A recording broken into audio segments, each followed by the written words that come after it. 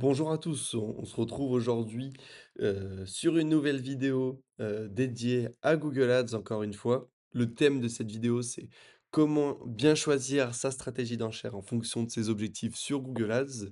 Pour ceux qui ne me connaissent pas, je me présente Alexis Gollard, cofondateur de Convertix, une agence spécialisée en publicité en ligne qui vous aide à rendre vos campagnes publicitaires en ligne rentables en transformant vos clics en clients.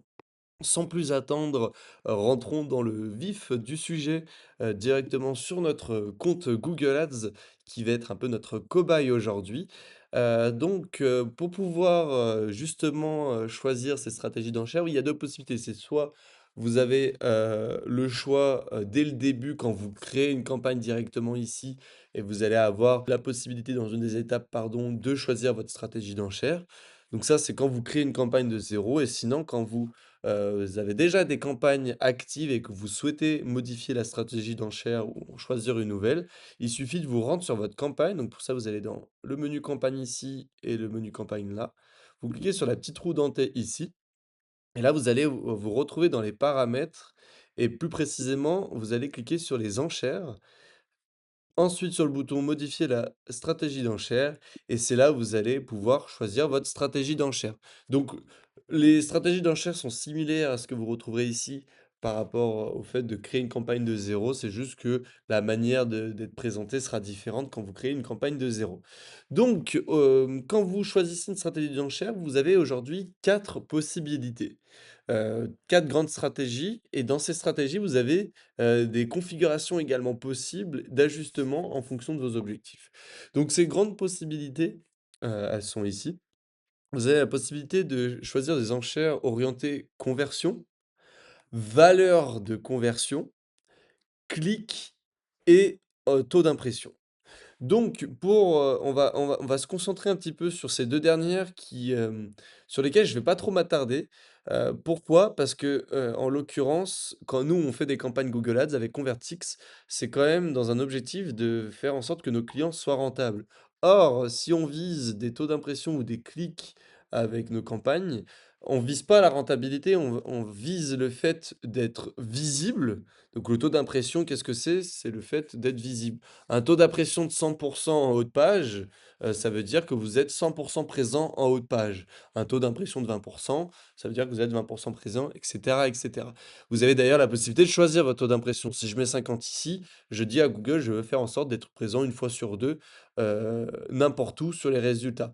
Vous pouvez choisir aussi si vous voulez être disponible si vous voulez être présent 1/2 en haut, ben, vous pouvez mettre aussi 50 et puis vous pouvez aussi faire en sorte de limiter votre enchère avec un coût par clic maximal. C'est-à-dire que dans le cas où on clique sur l'annonce, alors sachez que l'objectif de cette enchère, c'est pas d'être cliqué, c'est sûrement d'être visible.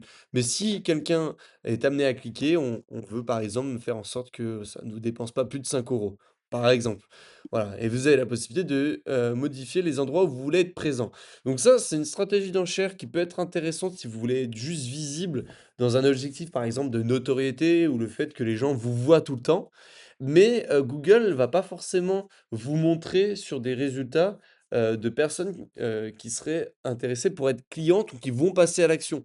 Là, vous allez être présent sur des résultats de recherche de personnes qui peut-être se renseignent, qui sont dans un objectif de trouver des informations, donc qui vont peut-être chercher des blogs, qui sont dans une démarche d'information, de prise, de connaissances sur le sujet. Donc c'est bien, par exemple, si vous voulez faire de la notoriété, faire en sorte d'être visible, d'être vu, mais si vous avez pour objectif d'être rentable, c'est vraiment pas une stratégie d'enchère que je vous conseille.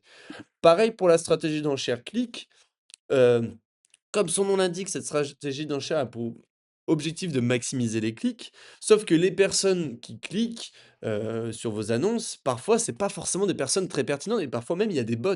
Il peut y avoir des bots. Donc c'est pour ça que la stratégie d'enchère maximisée par clic, elle peut être intéressante uniquement dans un cas de figure.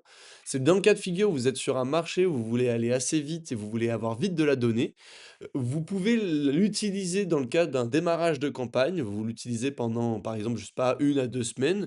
Vous attendez de faire 100 clics, d'avoir pris de la donnée et une fois que vous avez vos 100 clics, vous basculez vers une stratégie d'enchère beaucoup plus axée sur, une rentabilité possible à savoir la conversion ou la valeur de conversion. Ça peut être le cas de figure où je vous conseille d'utiliser la stratégie d'enchère maximiser les clics, hein, pour faire un peu de volume au début, pour, enclencher les algos, parce qu'il y a des campagnes quand on va les lancer sur des stratégies d'enchère très orientées conversion, elles vont parfois prendre du temps à se lancer ou les clics vont être très chers et c'est vrai que l'avantage de la stratégie d'enchère maximiser les clics, c'est que vous pouvez, directement, avoir pour objectif de maximiser les clics, comme son nom l'indique, mais également de le limiter par un coût maximum. Donc, par exemple, si je veux avoir un max de clics, ça ne coûte pas plus de 2 €, vous avez la possibilité de le faire. Ça peut être intéressant en lancement de campagne. Sauf que dans tous les cas, très vite, vous allez devoir vous orienter vers les stratégies d'enchères, accès conversion ou valeur de conversion qu'on a ici. Et c'est les stratégies d'enchères qui sont pour moi les plus intéressantes et qu'il faut absolument configurer si vous voulez être rentable sur Google Ads. Donc, je vais me tourner vers la première qui est la valeur de conversion. Donc là, l'objectif, c'est de dire à Google: «OK, je veux que tu me fasses des conversions, mais je veux pas que tu maximises le fait de faire plein de conversions. Je veux que tu maximises le fait de faire des conversions qui ont une grosse valeur». Donc c'est-à-dire maximiser le chiffre d'affaires ou la marge, en fonction de comment vous avez configuré vos campagnes, par conversion. Et donc on dit à Google de maximiser les personnes qui sont susceptibles d'acheter de faire des gros achats, plutôt que des personnes qui, font des petits achats. C'est ça, hein, l'idée. Et vous avez la possibilité de définir un retour sur dépenses publicitaires, ce qu'on appelle un ROAS cible. Donc par exemple, si je mets un ROAS cible de 100, et bah, l'idée avec un ROAS cible de 100, c'est de dire: «OK, donc pour 1 € dépensé, je veux en gagner 10». Donc avec ce ROAS cible, vous avez la possibilité de donner l'instruction à Google du montant du volume de chiffre d'affaires que vous souhaitez générer, par conversion. Donc par exemple, si je mets un ROAS cible de 500, je donne l'instruction à Google de lui dire: «OK, je veux que pour 1 € investi, je veux que tu me rapportes minimum 5 € de chiffre d'affaires». Voilà. Et c'est une stratégie d'enchère qui est assez intéressante parce que l'idée, c'est pas de maximiser le nombre de conversions, mais c'est vraiment de maximiser la valeur, maximiser le fait de, être diffusé, en priorité sur les personnes qui sont susceptibles de générer le plus de chiffre d'affaires. Et c'est pour ça que c'est une stratégie d'enchère qui est très utilisée en e-commerce. Parce qu'on a la possibilité de suivre la valeur de panier et d'achat, en e-commerce et c'est surtout des stratégies qui vont être utilisées dans ce cadre-là. D'ailleurs, William, mon associé, vous fera une vidéo, à ce sujet car c'est lui qui est beaucoup plus spécialisé sur la partie e-commerce chez Convertix. Mais typiquement, voilà, on a des méthodes pour faire en sorte de maximiser le chiffre d'affaires sans être trop contraignant, hein. C'est pas parce que je mets 1000 que d'un coup Google va faire en sorte que pour 1 € dépensé, je vais en gagner, 10 ou 20 ou 50. Il faut rester réaliste par rapport à votre marché, donc c'est pour ça qu'il faut arriver à bien jauger, à augmenter, à ajuster, à diminuer votre ROAS cible en fonction, du chiffre d'affaires optimal que vous pouvez faire grâce à Google Ads. Mais voilà, ça c'est une stratégie d'enchère qui est très intéressante à utiliser, surtout en e-commerce et que je vous conseille si vous voulez maximiser votre, vos valeurs d'achat et surtout faire en sorte d'être le plus rentable possible en e-commerce. J'en profite pour te couper 2 secondes dans la vidéo. J'ai cofondé Convertix, une agence spécialisée en publicité en ligne, notamment sur Google et sur Meta. Aujourd'hui, on accompagne plus d'une soixantaine de clients et on gère plus d'1,5 million de budget publicitaire. Alors si tu veux te faire accompagner sur ta stratégie publicitaire et d'acquisition, n'hésite pas à prendre rendez-vous pour un audit gratuit avec nous. Le lien est en description. Bonne vidéo. Ensuite et cette, enchère qui va nous le plus intéresser, c'est l'enchère de conversion. Donc ça, bah, c'est l'enchère le type d'enchère qu'il va forcément falloir utiliser quand vous allez vouloir générer des prospects et vous avez 2 manières de la paramétrer. Soit vous la laissez sans mettre de CPA cible, c'est-à-dire que vous donnez l'instruction à Google, quoi qu'il m'en coûte, de faire un max de conversion, donc c'est-à-dire de diffuser la publicité auprès de personnes, qui sont plus susceptibles de faire des conversions.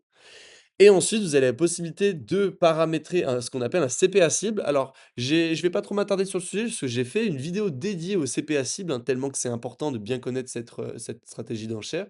J'ai fait une vidéo dédiée qui sera en description.